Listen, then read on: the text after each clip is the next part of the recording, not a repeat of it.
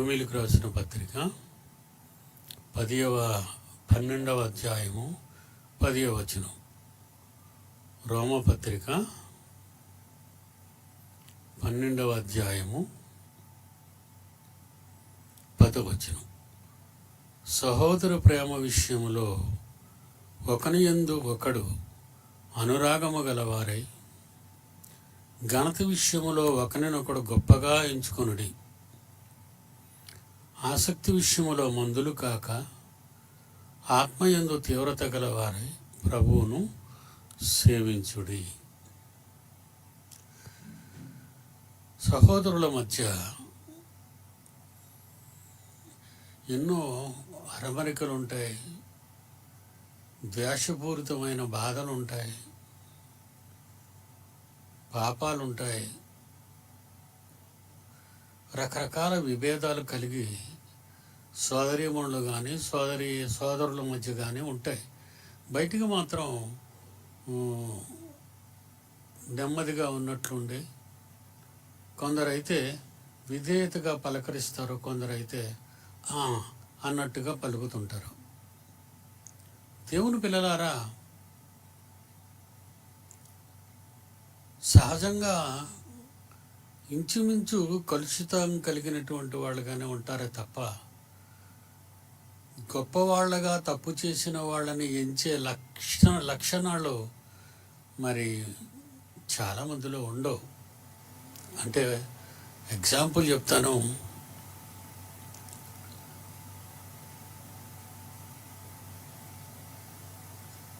సహోదరీమణి కానీ సహోదరుడు కానీ నీ పక్క విరోధంగా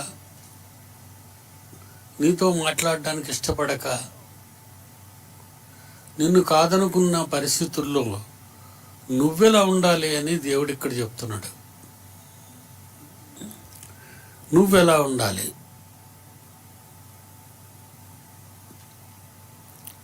సహోదర ప్రేమ విషయములో ఒకని యందొకడు అనురాగము గలవారై ఘనత విషయములో ఒకరినొకడు గొప్పగా ఎంచుకొనుడి. ఎదురుగా నీకున్న నీ సోదరుని కానీ నీ సహోదరుడిని కానీ నీ ఎడల ఎన్ని పొరపాట్లు చేసినా ఆ పొరపాట్లను బట్టి నువ్వు ఆ వ్యక్తిని అసహించుకోకుండా నీ మనసులో గొప్ప స్థానాన్ని ఇచ్చినట్టుగా నువ్వు మాట్లాడాలి సుమా అని దేవుడు అంటున్నాడు. మరి ఏమండి ఇలా ప్రవర్తించారు కదా నా పట్ల, మరి నేను ఎలా ఉండగలనండి అని ఒకవేళ నువ్వు అంటావు. ఎలా ఉండగలనంటే ఉండాలి అని దేవుడు అన్నాడు కనుక నువ్వు ఉండగలుగుతావు అని అర్థం. నిన్ను ఉండాలి అని దేవుడు అన్నాడు కనుక నువ్వు ఉండగలవు. వాళ్ళలో శత్రుత్వం ఉన్నవండి, వాళ్ళలో పగ ఉన్నవండి, వాళ్ళలో ద్వేషం ఉన్నవండి, వాళ్ళు ఏమీ చేయలేరు నిన్ను. ఆ మాత్రం దానికి నువ్వెందుకు చెడ్డగా అయిపోవటం, నువ్వెందుకు నోరు పారేసుకోవటం, నువ్వెందుకు తప్పుగా మాట్లాడటం?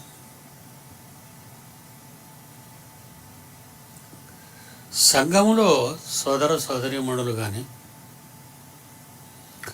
ఎవరైనా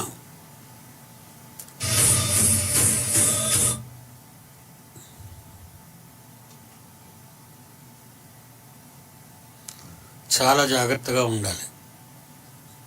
సంఘంలో ఆ స్థితి రావడం గొప్ప విశేషం. ఇప్పుడు మిమ్మల్ని చూస్తుంటే ఎంత దేవుని కొరకు ఏ సంవత్సరం పడలేని కష్టాన్ని, బాధల్ని, రోగాల్ని అనుభవిస్తూ మీరు పడిన కష్టం గొప్పది. మీరు చేస్తుంటే నేనే నా పిల్లలేనా ఇలా పనిచేస్తున్నారో అర్ధరాత్రి వరకు అనిపించేది.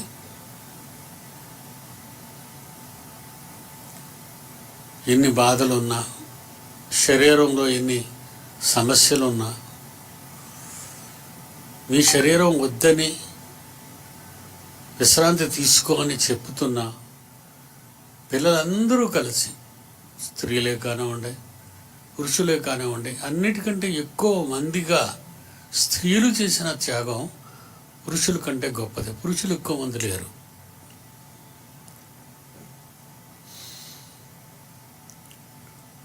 ఇంటిని వదిలి పిల్లలు తీసుకొని దేవుని సన్నిధిలో పనిచేయటానికి సిద్ధపడిన మీరు గొప్పవారే. మిమ్మల్ని అప్రిషియేట్ చేయక తప్పదు. ఇంతగా కష్టపడిన వాళ్ళు ఉండరండి. అసలు రావడానికే ఇష్టపడని అనేక సంఘములలోని వారు అసలు రావడానికే ఇష్టపడరు.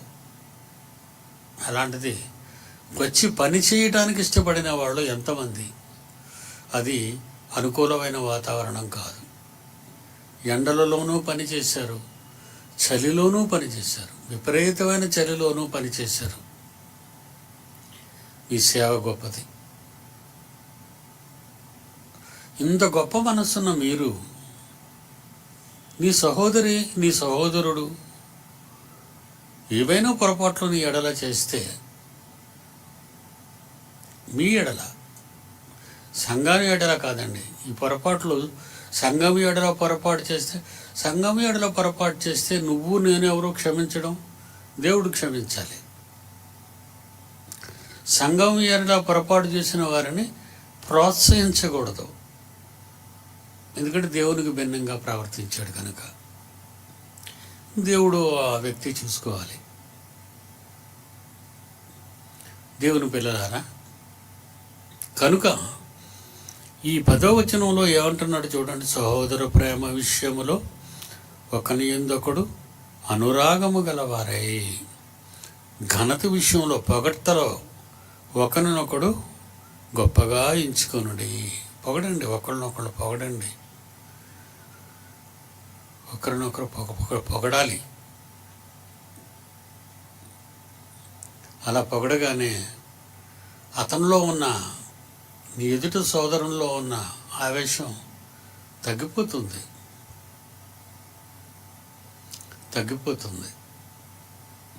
అయ్యో, నా సహోదరుడు నన్ను ఎంతగా ప్రేమిస్తుంటే, నన్ను ఎంతగా ఘనపరుస్తుంటే నేను ఎందుకు శత్రుత్వం అని పెంచుకోవాలి నా సోదరు మీద కానీ నా సోదరుడి మీద కానీ అని ఒక మంచి మనస్సు కలిగి జీవించగలిగితే నిజమైనటువంటి క్రైస్తవ జీవితంలో ఉన్నామని అర్థం.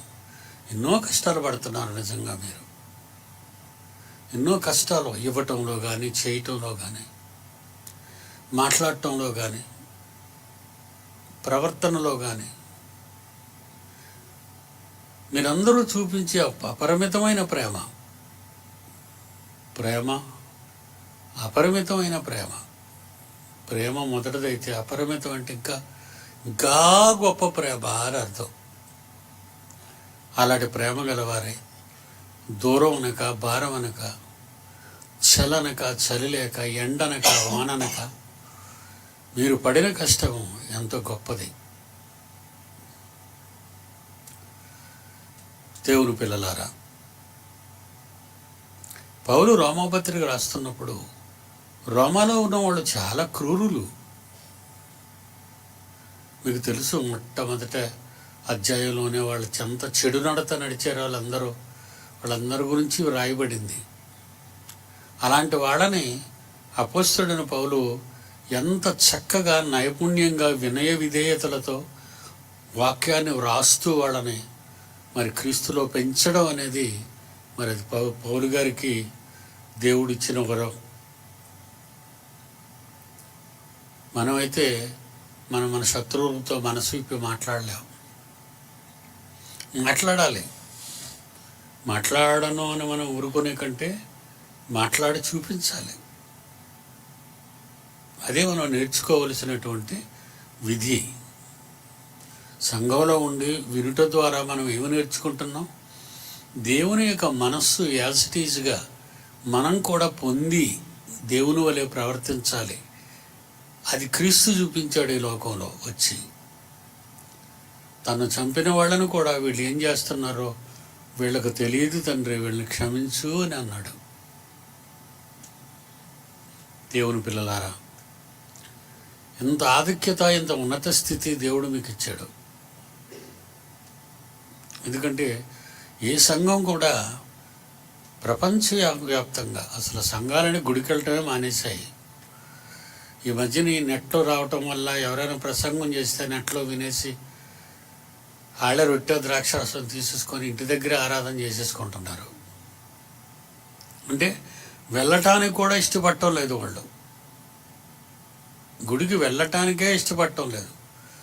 అలాంటి అంటే హై టెక్నాలజీ డెవలప్ అయిన అగ్రరాజ్యాలు లాంటివి యూరోప్ దేశాలన్నీ మన దేశంలో గుడికి వెళ్ళాలి.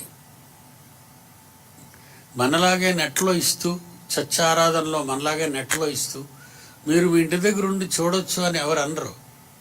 అబ్బా మనం అలాగన్నా ఉంటే గుడికి రావడం మానేస్తారు, వీళ్ళు గుడికి రావడం మానేస్తే మనకు వచ్చే కానుకలు రావు, ఆ కానుకలు రాకపోతే మనం మన ఇష్టానుసారంగా బ్రతకలేమని ఇప్పుడున్న సంఘాల పెద్దలు అలాంటి నిర్ణయాలతో బ్రతుకుతున్నారు. రావాలి, జనాన్ని కూడగొట్టడానికే చూస్తారు. ఎందుకంటే వాళ్ళు కూడుకుంటేనే డబ్బులు. దేవుని పిల్లలారా, మీరు చాలా ఎత్తుకొచ్చారు. ఈ ఎత్తులో నుండి కిందకు చూడకండి, పైకే చూడండి. అక్కడ తండ్రి కుమారుడు యేసుక్రీస్తున్నారు. ఎప్పుడు మీరు అప్సెట్ అవ్వరు, ఎప్పుడు మీరు బాధపడరు, బాగుపడతారే తప్ప చెడిపోయే ఆస్కారమే లేదు. కనుక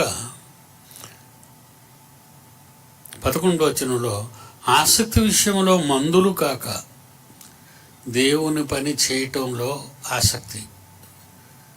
ఆసక్తి విషయంలో మందులు కాక, మందులు అంటే మందమతులు కాక. మందమతులు అంటే నిర్లక్ష్య వైఖరి. మీరు వెళ్ళండి, నాకు బాగులేదు, అని బాగున్నా బాగులేకపోయాను అని కారణం చేత ఉండిపోతారు చాలామంది. దూరం అంటే మానేస్తారు, వాళ్ళకి ఏదైనా పని ఉంటే మానేస్తారు. ఇలాగా మందులు అంటే మందమతులు,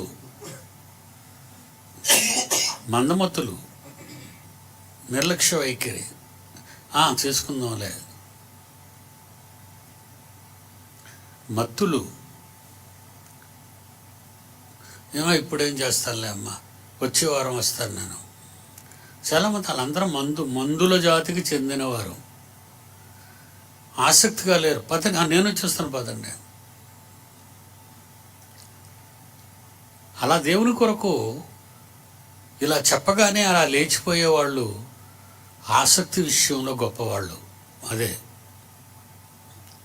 11, ఆసక్తి విషయంలో మందులు కాక ఆత్మయందు తీవ్రత గలవారై ప్రభువును సేవించుడి. ఆత్మయందు తీవ్రత.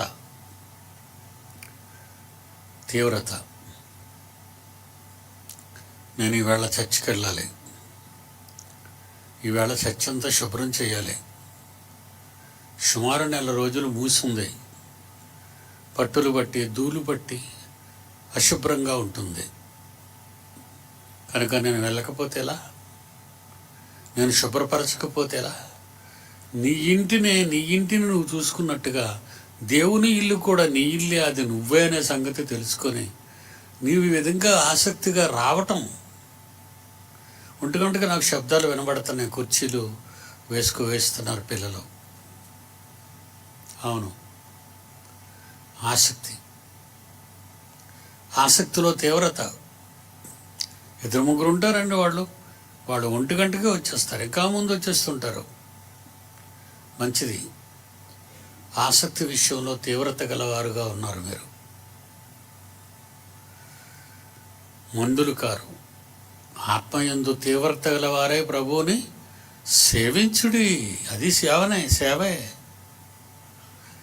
సేవే.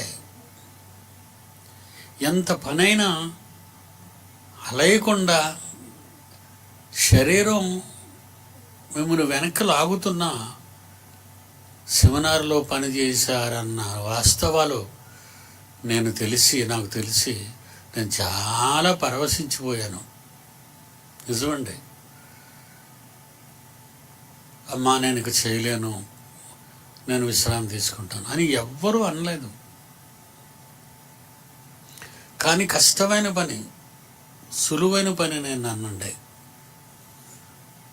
చాలా కష్టమైన పని, మగవాళ్ళు కూడా చేయలేని పని ఆడపిల్లలు మీరు చేయటం విశేషం, గొప్ప విషయం కూడా. అలా చేయలేరు అలాగెవరు. గుడికే రాని నేటి క్రైస్తవ్యం పనికొచ్చి ఇంత కష్టపడతారా? పడరు, రారు, పడలేరు, రాలేరు. అదే నేటి క్రైస్తవ్యం. మీరు అలాంటి వాళ్ళు కారు. మనం క్రైస్తవులు అంటే పని అని అర్థమవుతుంటుంది వాళ్ళకి. వాళ్ళు క్రైస్తవులు అంటే మందమతులు, సోమరులు వాళ్ళలో కనబడుతుంది. కానీ కాపరి వాళ్ళందరినీ దీవించేస్తాడు. మీరంతా ఆశీర్వదింపబడిన వారే అంటాడు. పాపం ఆ మాయ మాటలు, ఆ మోసపూరితమైన మాటలను నమ్మి ఆ గొర్రెలన్నీ అమాయకంగా అక్కడ ఉండిపోతాయి. మరి వాళ్ళకి ఎవరైనా చెప్పగలరా? చెప్పడానికి వెళ్ళనిస్తారా? చెబితే వింటారా? ఇవన్నీ వినరండి వాళ్ళు, ఇవన్నీ వినరు. ఈవేళ స్త్రీల కూటానికి మరి అక్కడి నుంచి, ఆ ప్రాంతం నుంచి ఏ ఊరు, వెంకట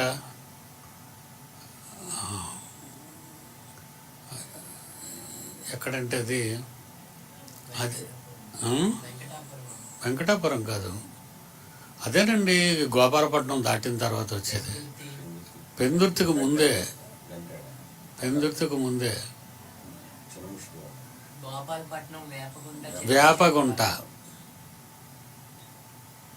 వేపగుంట. ఒక వృద్ధురాలు వచ్చిందట. ఆమె కూర్చుందట. అమ్మ వాక్యం లేదా అని అడుగుతుంది. ఆమె నొసట నిండా బొట్లు దిద్దుకుంది.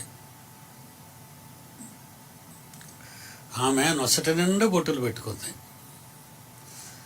పక్కనున్న సోదరిమని అడుగుతుందమ్మా వాక్యం లేదా? ఈవేళ ఎందుకు అలాగైందంటే, ఈవేళ స్టార్టింగ్ ఇయర్ కనుక మనకి కార్యక్రమాలకి ప్రోగ్రాం తయారు చేయటంలో అధ్యక్షురాలు, ఉపాధ్యక్షురాలు నిమగ్నమై ఉండటం వల్ల ఎవరెవరు ఏ పోస్టుల్లో ఏ బాధ్యతలు స్వీకరించాలో అని ఈవేళ అనౌన్స్ చేసే కార్యక్రమం. అందువల్ల వాక్యం చెప్పడానికి వాళ్ళకి టైం లేదు. నెక్స్ట్ వెంటనే క్లీనింగ్కి వచ్చేయాలి. క్లీనింగ్కి రాకపోతే ఈవినింగ్ క్లాసులు జరగవు. కనుక అలాగ ఆలోచించడం వల్ల అలా అయింది. అలా అవగానే నిజంగానే వాక్యము అంటే ఆవిడకి ఏం అర్థమైందో అని చూడండి. వాక్యము ఉంటుంది. ఈవేళ వాక్యం చెప్పరా అంటే, ఎప్పుడూ వాక్యం చెప్పే మీరు ఈవేళ ఎందుకు వాక్యం చెప్పటం లేదని ప్రశ్నిస్తుంది. అది మీ గొప్పతనం. ఎప్పుడూ వాక్యం వినబడే ఈ చోట అప్పుడప్పుడు వస్తుంటుందట. ఎప్పుడూ వాక్యం వినబడే ఈ చోట ఈవేళ ఎందుకు వాక్యం వినబడటం లేదు? ఈవేళ వాక్యం చెప్పరా అమ్మా అని అడిగింది. అది మీకే సార్థకత, మీకే సార్థకత. అది దేవుని పిల్లలారా,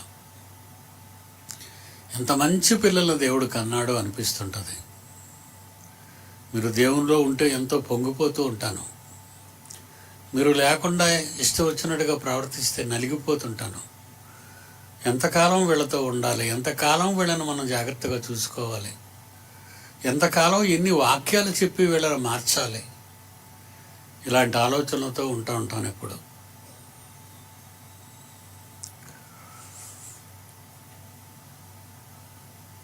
నెక్స్ట్ 12వ వచనానికి వెళ్దాం.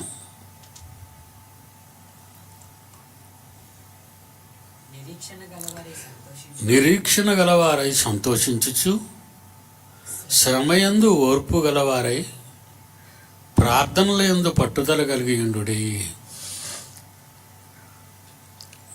ఏమంటారు? ఏం కోరుతున్నాడమ్మా మిమ్మల్ని?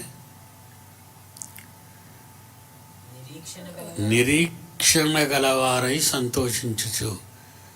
నిరీక్షణలో సంతోషం ఉందా?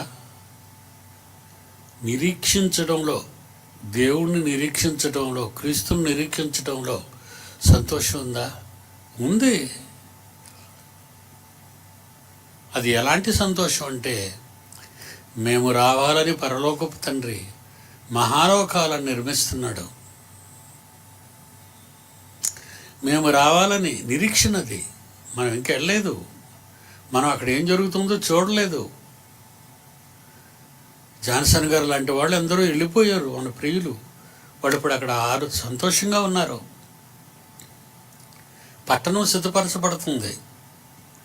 వీడిని అప్పుడే పట్టణానికి వెళ్ళరు, పరదేశంలో ఉంటారు. మనం పట్టణానికి వెళతాం, మనందరమే కలిసి పరదేశకు వెళ్ళాలి. అది ఎప్పుడు జరుగుతుంది? ప్రపంచ నాశనం. ప్రపంచంలో మనిషి అన్నవాడు, పురుగు అన్నవాడు చచ్చిపోతారు, ఎవరుండరు. అప్పుడు బ్రతుకున్నవారు కానీ, అంతకుముందు మరణించిన వారు కానీ, వీళ్ళందరూ పరదేశంలో ఉండాలి. అప్పుడు నిరీక్షణ గల దేవుడు, మనం ఏ దేవుడినైతే నిరీక్షించామో కొడుకును పంపుతానన్నాడు. ఎందుకు? మనల్ని తీసుకురావటానికి. ఆకాశ మండలమునకు అన్నాడు కానీ భూమి మీదకి దిగుతాడని మాత్రం అనలేదు. ఆకాశ మండలానికి వచ్చేస్తాడు ఆయన, క్రీస్తు వారు. అప్పుడు మనం ఎలా వెళ్తాం ఆకాశ మండలానికి? మేఘముల మీద. మేఘాలు ఈరోజు ఎలాగైతే కదిలిపోతున్నాయో, ఆ రోజు కూడా మేఘాలు భూమి మీదకి వచ్చి పైకి వెళ్తుంటాయి. ఎవరి కోసం? మన కోసం, మనల్ని తీసుకొని వెళ్ళటం కోసం. అది ఎంత ఆనందంగా ఉంటుందో ఒకసారి మీరు ఊహించుకోండి.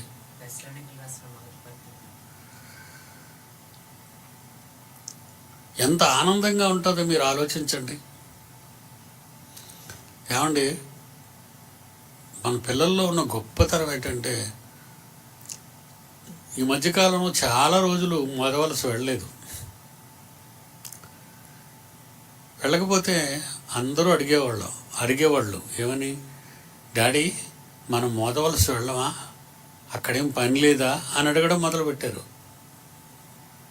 పని ఉండాలి కదా, మన కొరకు పని కేటాయించాలి అక్కడ, అప్పుడు మనం వెళ్తామమ్మా, వెళతాం నాన్న, మనం వెళతాం. మనం వెళ్ళే పని దగ్గరికి వస్తుంది, వెళ్ళాలి. వెళ్ళడానికి ఎంతో సందడే మనందరికీ. మొదవలస వెళ్ళడం, కుటుంబాలన్నీ కలుసుకోవడం, క్యారేజీలన్నీ విప్పుకోవటం, అందరూ కలిసి భోంచేయటం.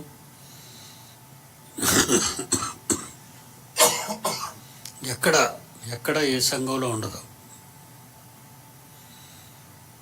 దేవుని పిల్లలారా, అలా మనలో ఒకరినొకరు పురికొల్పుకుంటాం, వెళ్ళాలి వెళ్ళాలి వెళ్ళాలి వెళ్ళాలి వెళ్ళాలి అని. ఇప్పుడు మనం అంతా దేవుడు కట్టిన మహాలోకానికి వెళ్ళాలి. మహాలోకానికి వెళ్ళాలంటే ముందు పరదేశకు వెళ్ళాలి. భూమి మీద ఉన్నవాళ్ళు, ముందు వెళ్ళిపోయిన వాళ్ళు వెళ్ళిపోయారు.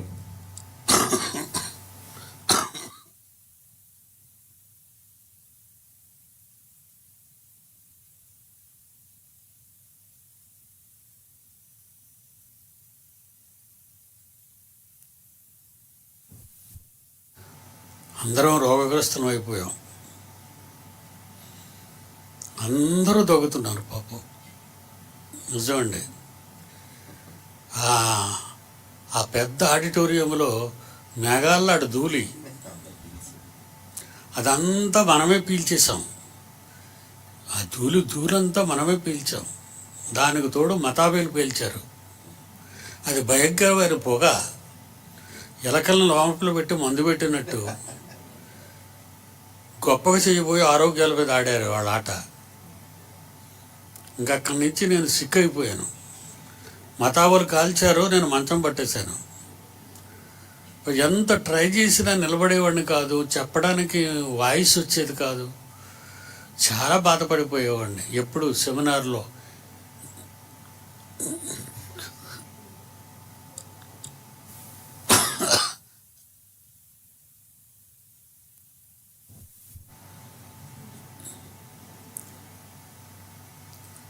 40 సంవత్సరాల ఈ నేషనల్ సెమినార్స్లో ఎప్పుడు ఏ సెమినార్లో మీ డాడీ మాట్లాడని రోజుంటూ లేదు.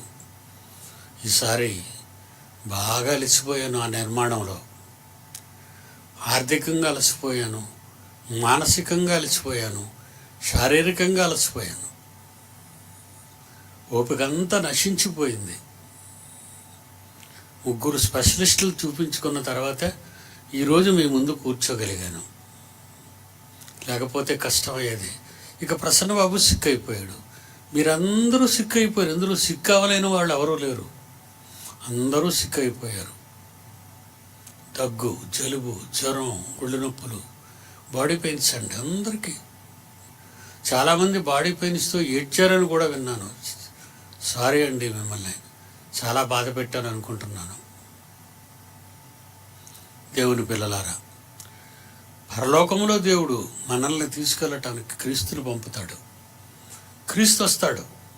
ఎక్కడికి? భూమి మీదకి రాడు, ఆకాశ మండలానికి. దశలోనికలకు రాసిన మొదటి పత్రిక 4వ అధ్యాయము 16వ వచనం.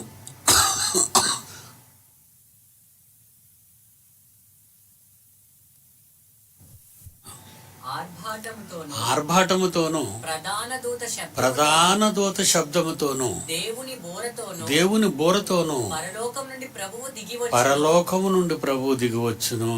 క్రీస్తునందుండి మృతులైన వారు మొదట లేచిపోతారు. మనకంటే ముందు చనిపోయిన వాళ్ళు.